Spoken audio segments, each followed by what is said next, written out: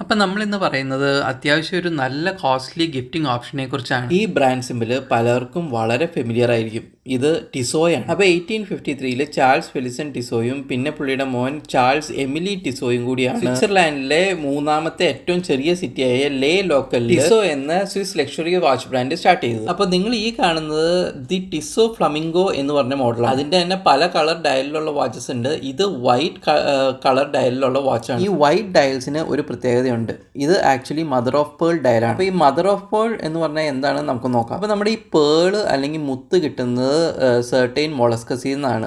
അതായത് ഓയിസ്റ്റർ അല്ലെങ്കിൽ മ്യൂസിൽസ് എന്നീ മൊളസ്കസിൽ നിന്ന്. അപ്പോൾ ഈ മൊളസ്കസ് തുറക്കുമ്പോൾ ഇതിൻ്റെ ഉള്ളിലേക്ക് മണൽ പോലെയുള്ള ഐറ്റംസ് ഒക്കെ കയറും. ഇതുപോലെയുള്ള എക്സ്റ്റേണൽ ഇറിറ്റൻസ് കയറുമ്പോഴുള്ള ബുദ്ധിമുട്ടുകൾ ഇല്ലാതെയാക്കാനായിട്ട് ഇതിൻ്റെ ഉള്ളിലൊരു സെക്രീഷൻ നടക്കും. അതിൻ്റെ ഉള്ളിലെ ലൈനിങ്ങിൽ ഒരു സെക്രീഷൻ നടക്കും.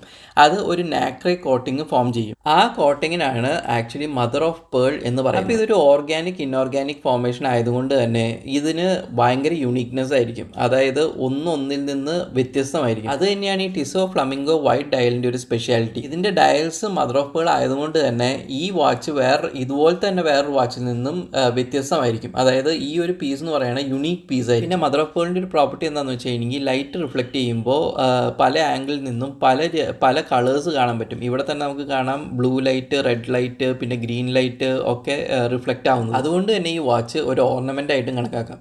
ഇതിപ്പോൾ നമ്മൾ വാങ്ങിച്ചേക്കുന്നത് 2019 അത്യാവശ്യം പഴയൊരു വാച്ചാണിത്. പക്ഷേ എന്നാലും പുതുപുത്തം പോലെ തന്നെ ഇരിക്കുന്നുണ്ട്. ഇതിപ്പോൾ 2025 ആയി. ഇനി ഇതിൻ്റെ കോസ്റ്റ് എന്ന് പറഞ്ഞു കഴിഞ്ഞാൽ ഏകദേശം ഒരു 15K ആയിരുന്നു 2019 ഇതിൻ്റെ കോസ്റ്റ്. ഇപ്പോൾ ഇതിൻ്റെ കോസ്റ്റ് അറൗണ്ട് 35K ആണ്. അതായത് 100% മുകളിലേക്ക് ഇതിൻ്റെ പ്രൈസ് ഇൻക്രീസ് ആയിട്ടുണ്ട്. പിന്നെ ഇതിൻ്റെ ഒരു നേച്ചർ ടച്ചും പിന്നെ ഒരു പ്ലാറ്റിനം ഫിനിഷും ഉള്ളത് കാരണം ഇതൊരു നല്ലൊരു ജ്വല്ലറി ആയിട്ട് കണക്കാക്കാം. പിന്നെ ഇതിൻ്റെ പുറത്തുള്ള ഗ്ലാസ് എന്ന് പറയുന്നത് സഫയർ ക്രിസ്റ്റൽ വെച്ചിട്ടാണ് ഉണ്ടാക്കിയേക്കുന്നത്. ഈ സഫയർ എന്ന് പറയുമ്പോൾ തെറ്റിദ്ധരിക്കേണ്ട, നാച്ചുറൽ സഫയർ അല്ല, ക്രിസ്റ്റലാണ്. അതായത് man-made sapphire, lab created sapphire. പക്ഷേ ഇത് ഒറിജിനൽ സഫയറിൻ്റെ ഓൾമോസ്റ്റ് ഈക്വലൻറ്റ് ഹാർഡ്നെസ് ഉള്ളതാണ്. അതായത് ഡയമണ്ടിന് 10 ആണ് MOHS വാല്യൂ ഹാർഡ്നെസ് എങ്കിൽ നാച്ചുറൽ സഫയേഴ്സിന് 9 ആണ് ഹാർഡ്നെസ്. ഈ ആർട്ടിഫിഷ്യൽ സഫയർ ക്രിസ്റ്റൽസിന് സിമിലർ ഹാർഡ്നെസ് തന്നെയാണുള്ളത്. അതുകൊണ്ട് തന്നെ ഇത് ഡ്യൂറബിൾ ആണ്, സ്ക്രാച്ച് റെസിസ്റ്റൻ്റ് ആണ്. പിന്നെ ഈ ടിസോയുടെ ഫ്ലമിംഗോ വേർഷൻ ഒരു ലക്ഷറി വേർഷൻ ആയതുകൊണ്ട് തന്നെ ഇതിൻ്റെ അകത്ത് പ്ലാസ്റ്റിക് പാർട്സ് യൂസ് ചെയ്തിട്ടില്ല എന്നാണ് കിട്ടിയേക്കുന്ന ഇൻഫർമേഷൻ. അത് എത്രമാത്രം ശരിയാണെന്ന് എനിക്കറിയത്തില്ല. പക്ഷേ ശരിയാണെങ്കിൽ ഇത് ഭയങ്കര ഡ്യൂറബിളും ആയിരിക്കും, ഒരുപാട് ലോങ് ലാസ്റ്റിംഗും ആയിരിക്കും. അപ്പം നിങ്ങൾക്ക് എല്ലാവർക്കും വീഡിയോ ഇഷ്ടപ്പെട്ടെങ്കിൽ ലൈക്ക് ചെയ്യുക, ഷെയർ ചെയ്യുക, സബ്സ്ക്രൈബ് ചെയ്യുക, പിന്നെ കമൻറ്റ് ചെയ്യുക.